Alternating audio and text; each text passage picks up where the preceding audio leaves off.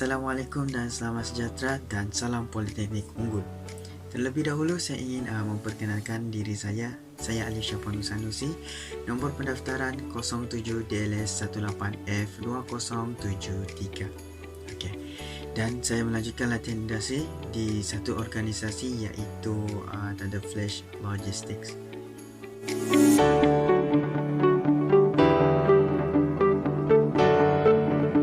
Topik pertama akan membincangkan mengenai pengenalan organisasi, yang mana saya akan menerangkan serba sedikit mengenai norma organisasi, aktiviti, visi dan misi dan carta organisasi.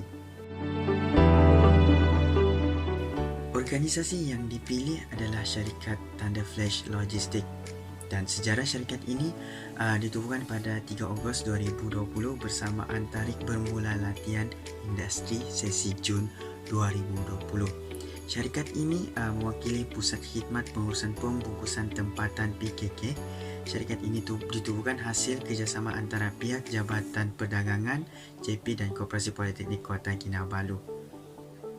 Syarikat ini bertanggungjawab untuk menyediakan kemudahan kepada kaki tangan dan pelajar dalam Politeknik Kota Kinabalu sahaja, yang mana memfokuskan untuk menyediakan tempat inventory untuk menyimpan parsel pelanggan, malah memberikan banyak kebaikan kepada pelanggan. Penubuhan organisasi ini juga menjadi sejarah pertama yang menyediakan perkhidmatan penyimpanan yang menyediakan banyak kemudahan dan keselesaan kepada pelanggan di dalam Politeknik Kota Kinabalu, Sabah. Lokasi syarikat ini berada di dalam Politeknik Kota Kinabalu yang beralamat nombor 4 Jalan Politeknik Kota Kinabalu Industrial Park, Sabah, Kota Kinabalu. Untuk operasi bekerja, pertama, staf akan menerima parsel daripada kurier. Kemudian parsel akan disanitasi terlebih dahulu, lalu akan direkodkan dalam sistem autokan syarikat. Okey, kemudian barulah akan dimaklumkan kepada pelanggan. Setelah pemakluman dibuat, parsel akan disusun ke dalam ruangan inventory dan akan menunggu pelanggan untuk datang untuk menuntut.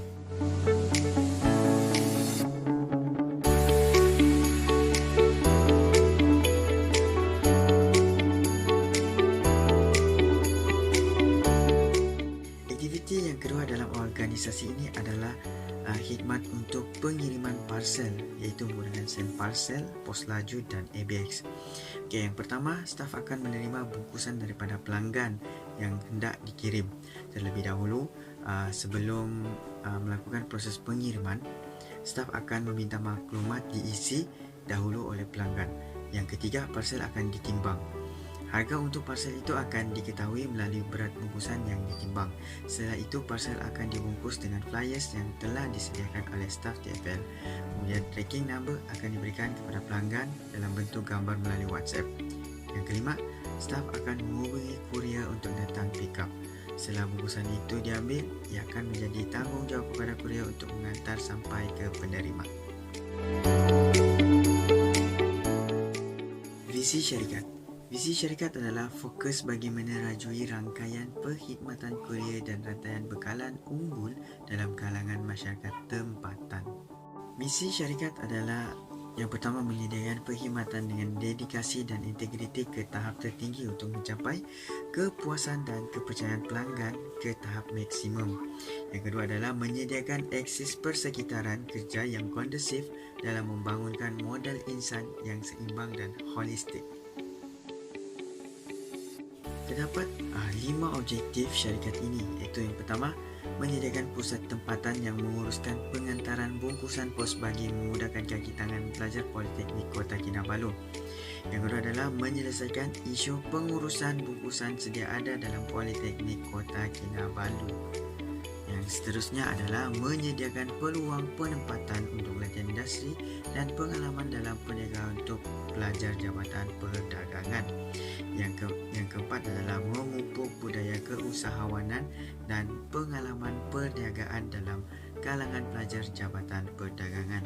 Mana yang terakhir adalah menyediakan ekosistem untuk aplikasi PDP, simulasi dan inovasi serta pengurusan program DLS khusus dan program lain secara amanah.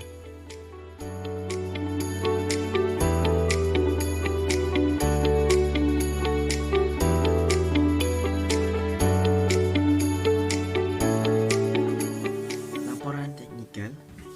Di dalam laporan teknikal ini akan menerangkan jenis peralatan yang digunakan, tata cara menggunakannya, proses kerja yang dilakukan. Berikut adalah 5 jenis peralatan yang digunakan di dalam syarikat ini, iaitu yang pertama adalah sistem send parcel, yang kedua adalah sistem auto count, yang ketiga adalah commercial invoice ABX, yang keempat adalah Canva, dan yang kelima adalah alat telekomunikasi syarikat, iaitu telefon pintar. Saya akan menerangkan tata cara menggunakan dua alat tersebut, iaitu yang pertama adalah send parcel. Send parcel adalah alat yang akan digunakan untuk meng-key in barang. Langkah pertama adalah cari laman web sendparcel.com, masukkan kata laluan dan email yang telah berdaftar dengan sistem send parcel. Kemudian klik halaman yang bertulis create single shipment pada ruangan. Lengkapkan nama, alamat, nombor telefon pengirim. Langkah kedua, scroll ke bawah dan perhatikan laman yang bertulis recipient details, dan kemudian lengkapkan nama, alamat, nombor telefon dan postcode penerima dengan tepat. Lihat alamat yang diberikan oleh pelanggan jika sama dengan yang telah dimasukkan dalam ruangan.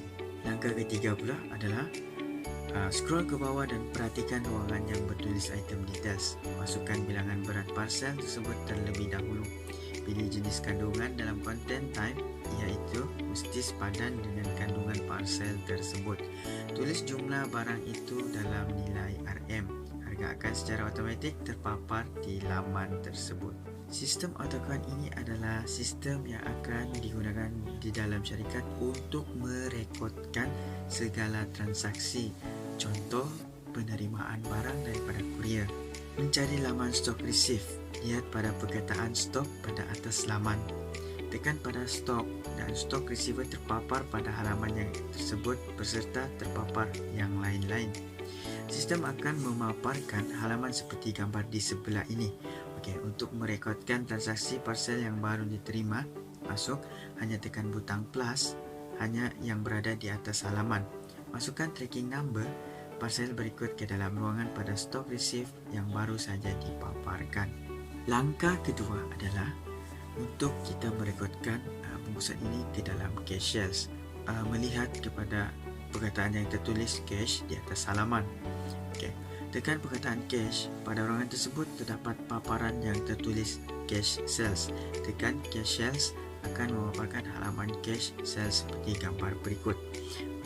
Lingkaran merah dalam kurungan 1 adalah kaedah untuk merekodkan data parcel penerima ke dalam cash sales.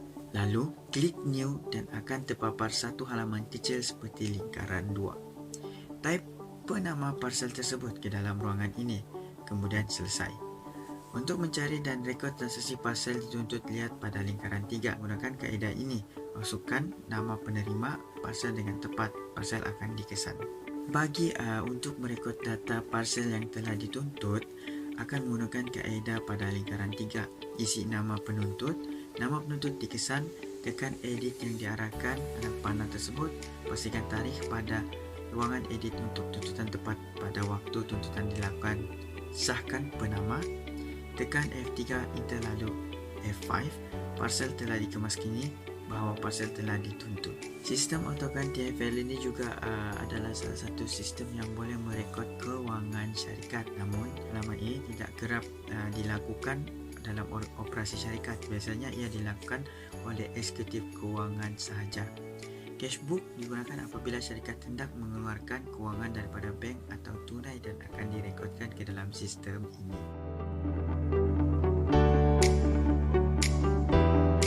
Kita akan lihat kepada proses kerja yang dilakukan. Proses kerja yang dilakukan terdapat 3, iaitu proses operasi bekerja, perkhidmatan tambahan dan pemasaran perniagaan.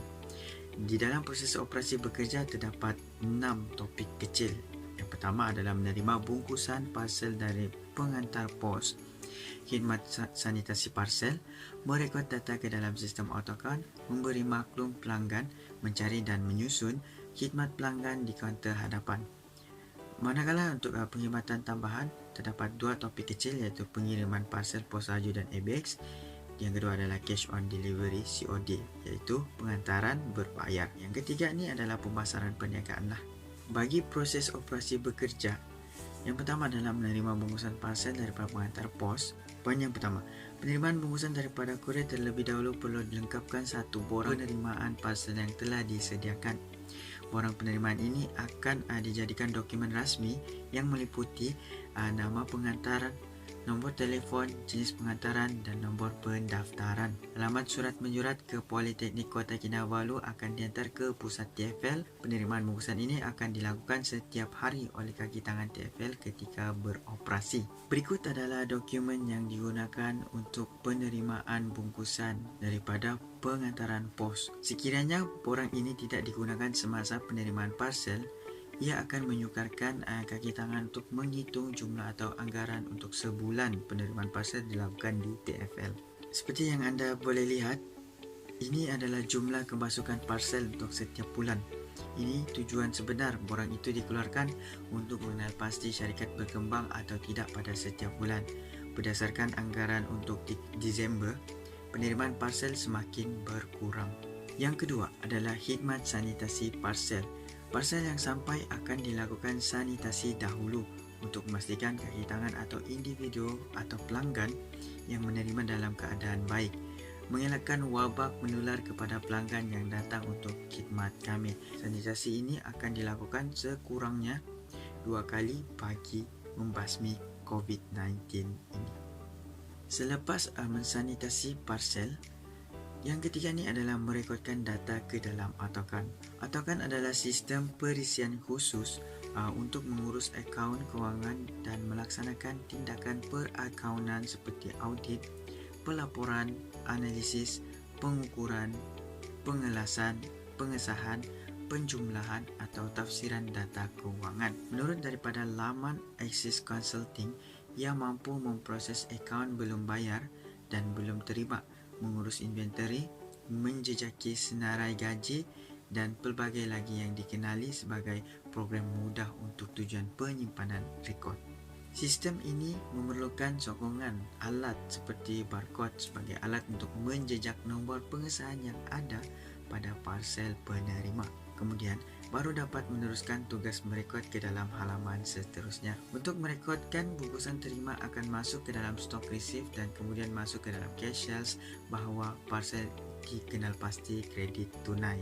Setelah bungkusan telah direkodkan, barulah kami akan meneruskan proses bekerja yang seterusnya, iaitu memaklumkan pelanggan, yang mana pelanggan akan dimaklumkan apabila parsel telah direkodkan ke dalam sistem sebagai kredit tunai kepada syarikat. Untuk pemakluman akan dilakukan setiap kali parsel yang diterima di TFL. Selepas membuat pemakluman, bungkusan akan terus disusun ke dalam inventory. Pertama, parsel akan disusun mengikut huruf abjad depan. Contoh, nama pelanggan iaitu Ainul Mardia yang bermula daripada A. Parsel akan disusun pada huruf abjad A. Tujuan penyusunan seperti ini membantu kaki tangan untuk melakukan pencarian apabila parsel hendak dituntut oleh pelanggan.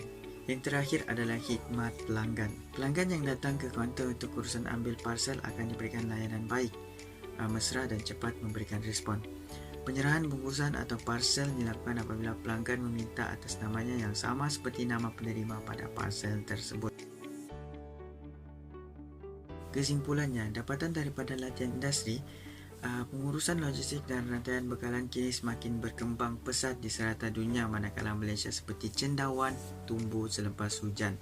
Lebih-lebih lagi, dunia dilanda oleh wabak yang membuatkan negara mengalami pertumbuhan yang perlahan untuk berkembang.